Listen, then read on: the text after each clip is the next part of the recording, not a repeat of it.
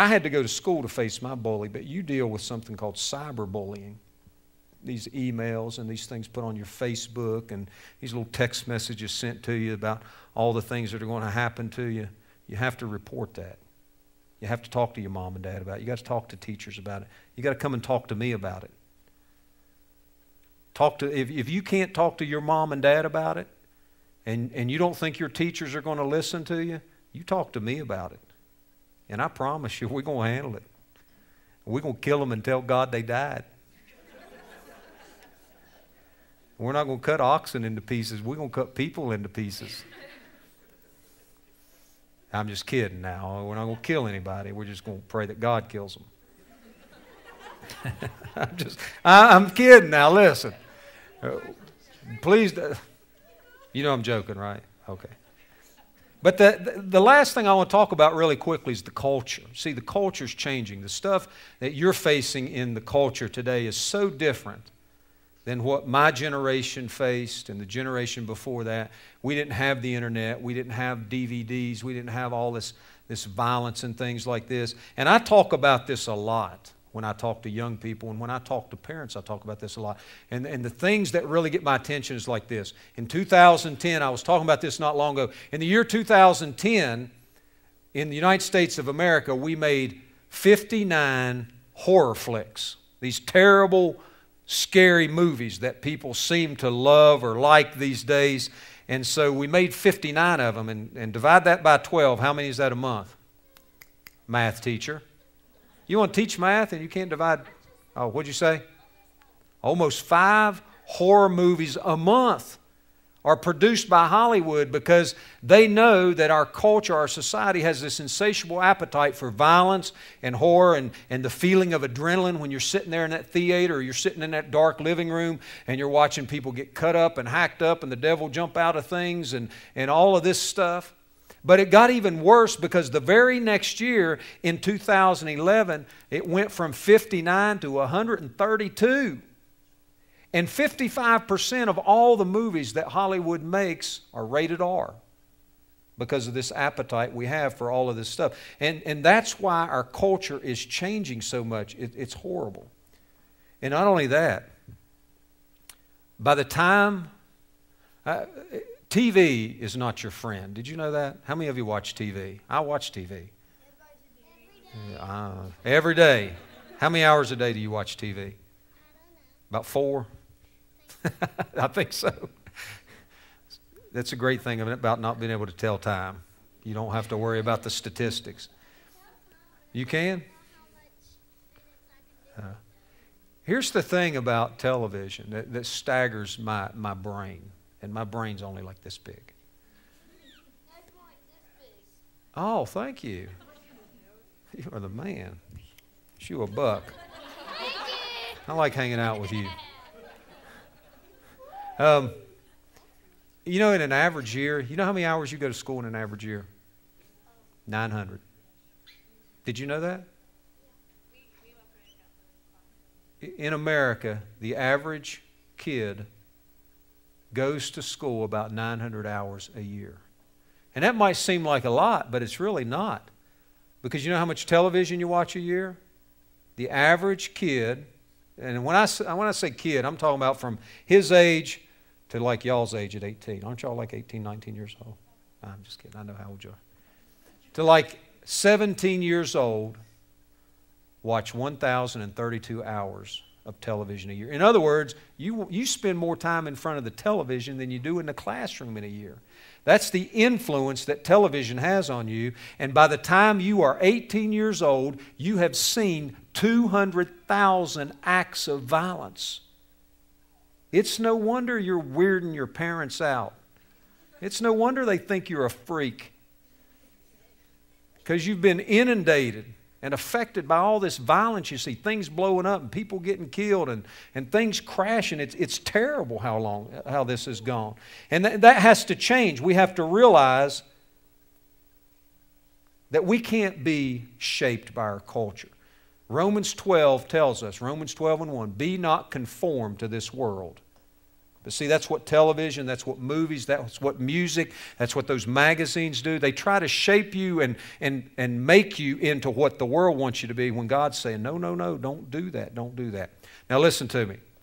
Peer pressure or the crowd, bullies, culture, those are all the things that are getting you. And here's what I really want to close with. I just want to say these three words real quickly. The three most important catalysts in your life is, number one, your attitude.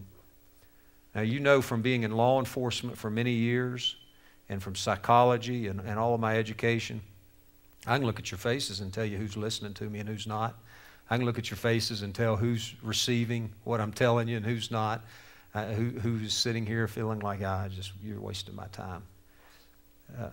But attitude is everything. You know, and I even have to talk about, I got to talk to these old people back here about that a lot, because their attitude gets pretty bad sometimes. And if I was as old as them, my attitude would be pretty bad too. But I often tell people this: nothing in the world can help the person with the wrong attitude, but nothing in the world can stop a person with the right attitude. Your attitude will determine your altitude in life, I'm telling you. When you're hopeful and you're optimistic and you're surrounded by people with positive attitudes, it's going to take you further. Remember, it goes back to what I said in the beginning. It's not what you decide to be. It's who you decide to be around. It's what you decide to be around. Attitude is everything. I can never say enough about attitude. And listen to me, young people. Don't ever say anything out loud in your life that you don't want to come true. You know, don't ever look at yourself in the mirror and say, I'm ugly. Don't ever look at yourself in the mirror and say, I'm a failure. Even if you feel those things, don't ever put words to them. Don't ever let your attitude be affected by what's going on around you, and don't even let it be affected by what's going on within you. How many of you know who D.H. Lawrence is? Of course you don't. The dude was alive in the 1800s. I want to tell you something he said that is fascinating to me. And you know what? I didn't even know he said it till a few years ago, because I was watching a movie. And here's the name of the movie. You probably never heard of it. G.I. Jane. Anybody ever see that movie? Well, I'm going to talk to you about a line that was in that movie that struck me. And sometimes I hear these things and I think, man, there is no way they made that up for this movie. That is way too good.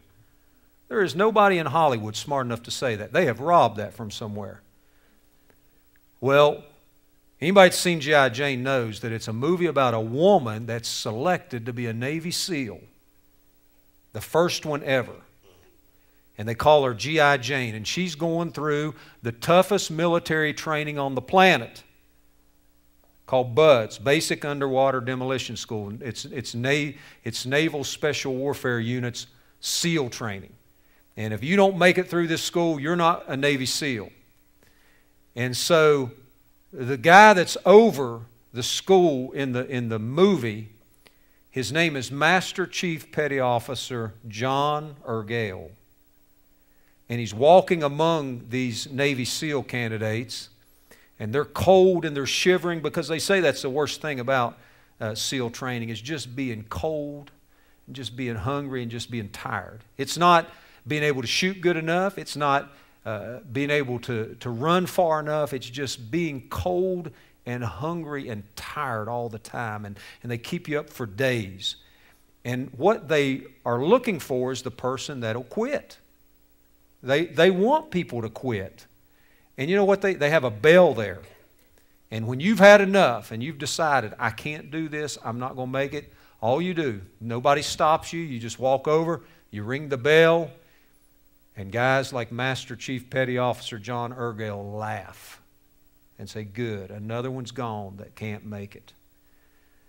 But in the movie, in G.I. Jane, he's walking among them, these candidates at one scene, and they're cold and they're tired and they're hungry and they're wet.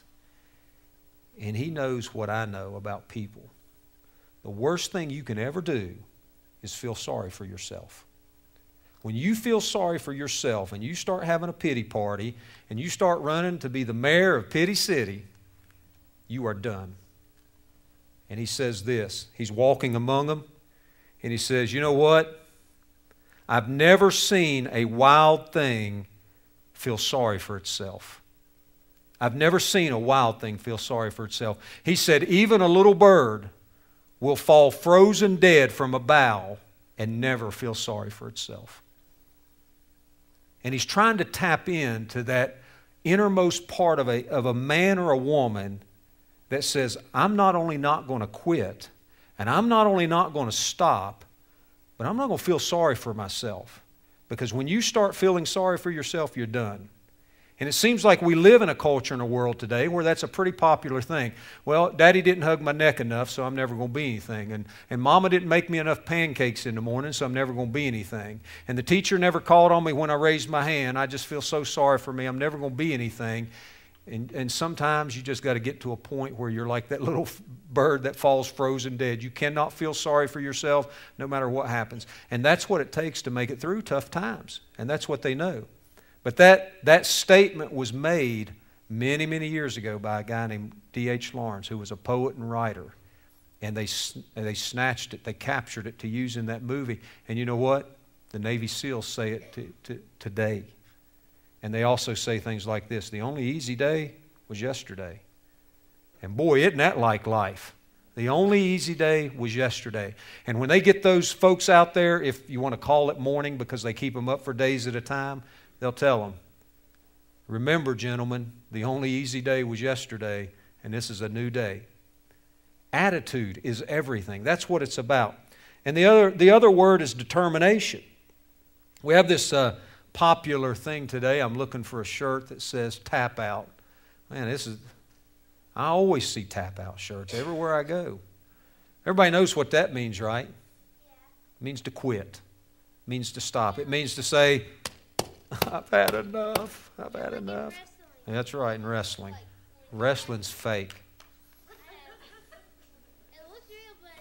Hey, wrestling's like a lot of Christians. It's fake. Oh, I should. You heard it? Oh. One of my favorite expressions goes like this: Jesus didn't tap. In John 19:30, Jesus said this when he was hanging on the cross. He had Pharisees, he had religious leaders, he had all kinds of people saying, oh, Jesus, you can quit right now. Why don't you just call on God and bring angels down and save you? He could have tapped out.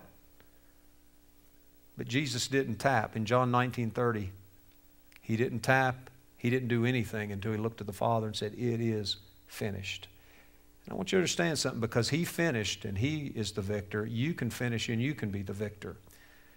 But you got to be determined like Jesus was determined. Jesus, even before he went to the cross, even before he was in Pilate's hands, before he ever went before the Sanhedrin, before he ever faced the Pharisees, he prayed in the Garden of Gethsemane till blood came out of his pores with determination to do what God had called him to do. And because he did it, you can do it. If Jesus had not succeeded, we would all be doomed and we'd all be failures and we might as well all quit. Now here's the last thing I want to talk about. Attitude, determination is the word influence. I have a website, and right across the top of that website is these words: leadership is not position, it's action. Leadership is action, not position. See, a lot of people think I have to be in a position to have leadership. And some of the greatest leaders that I've known, some of the greatest leaders that I have seen in my life were custodians, were people that did not have big positions. They drove a school bus. They picked up trash. But you can be a leader. How many of you, I promise, I only need like 2 minutes, and I haven't even taken that much time. How many of you know who Jasper Sharinga is? I mean, I got money in my pocket. If you know, I got like a 10, a 20, another 20, another 20, a 5, a 1, a 1, a $100 bill. How'd that get in there? It must be fake. Hey, like Christians. Nobody knows who Jasper Sharinga is? No, you don't know. Don't you even try it. I want to tell you about a guy named Jasper Sharinga before I pray for you. The problem with Jasper is this. I could go a lot of places. I could go in a place like this that was full of adults and nobody would know who Jasper Sharinga was. but he was a leader. Now, was he the CEO of a company? No. Was he elected to some high political office? No. Did he play on an NFL football team? No. Was he a very successful professor at a big university? No, he wasn't any of that. You know what he was? He was a tourist. He was just traveling. He just caught a flight from Amsterdam through Detroit to a place called Miami.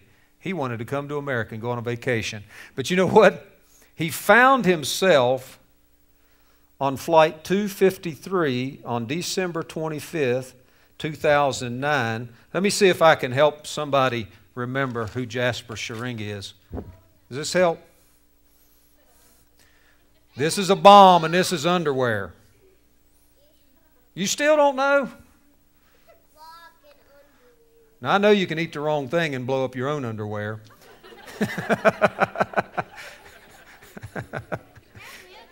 But this guy was going to use his underwear to blow up something. What was he going to blow up? His underwear. No. He was going to use his underwear to blow up an airplane.